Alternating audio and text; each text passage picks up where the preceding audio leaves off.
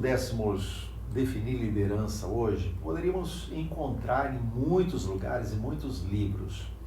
Eu escolhi apenas uma definição para nortear essa nossa reflexão, que é a de James Hunter.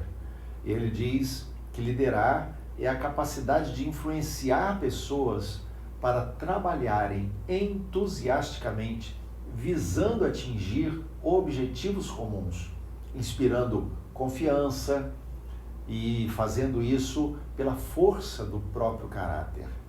Então, a chave da liderança é executar a tarefa, construir relacionamentos e influenciar pessoas com um caráter íntegro diante delas.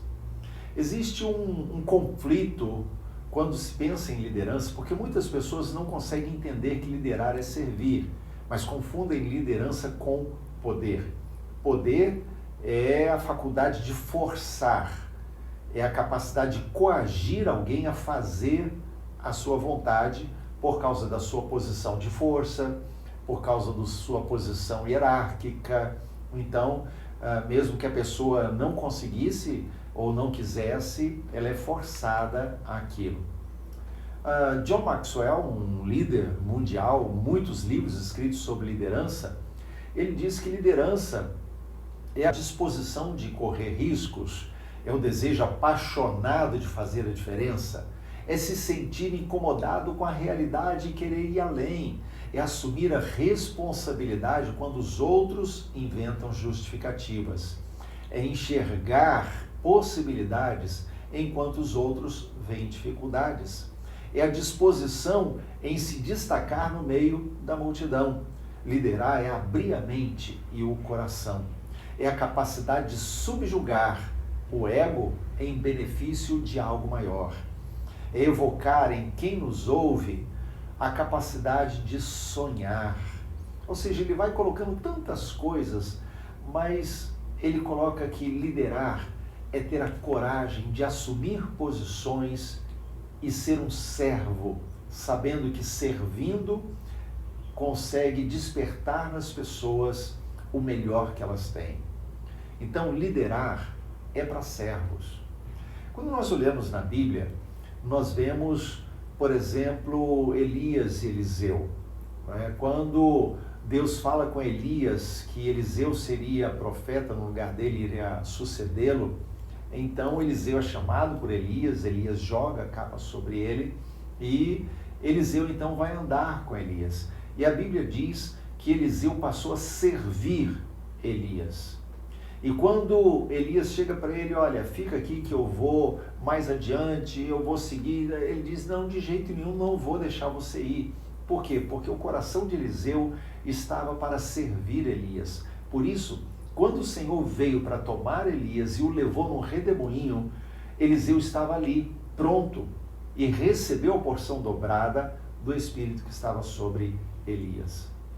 Josué é outro que andava junto com Moisés, e a Bíblia diz que não apenas ele era obediente e era o general do povo, mas Moisés era o homem que entrava na tenda da congregação e a glória de Deus descia ali. Mas a Bíblia diz que Josué não se apartava daquele lugar, porque ele sabia que aquele era o segredo de Moisés.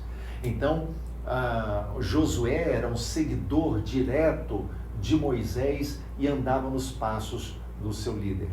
Jesus chamou 12 homens, eram homens diferentes. Se você analisar os 12 discípulos, você vai encontrar todo tipo de pessoa. Então você tem pescador, você tem cobrador de imposto, você tem zelote, você tem pessoas diferentes ali. Mas Jesus investe na vida daqueles homens e o ápice do investimento de Jesus na vida dele fora a cruz foi lavar os pés dos seus discípulos. E nós vemos que aqueles homens transformaram o mundo e o Evangelho chegou a mim e a você porque Jesus foi servo.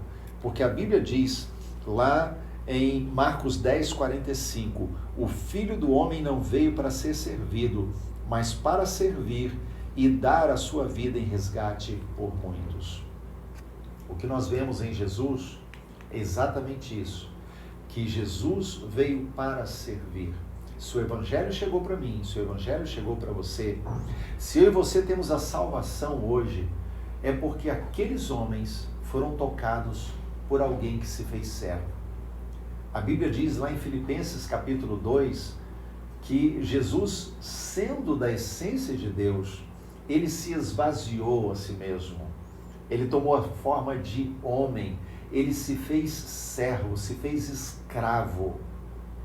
Então, quando Jesus se faz servo, nos dá o exemplo. Quando Jesus lavou os pés dos discípulos, ele disse: eu sendo mestre e Senhor, fiz isso, então vocês devem fazer a mesma coisa. Porque para Jesus não havia problema em servir. Para Jesus não havia problema em lavar os pés. Para Jesus não havia problema em se diminuir.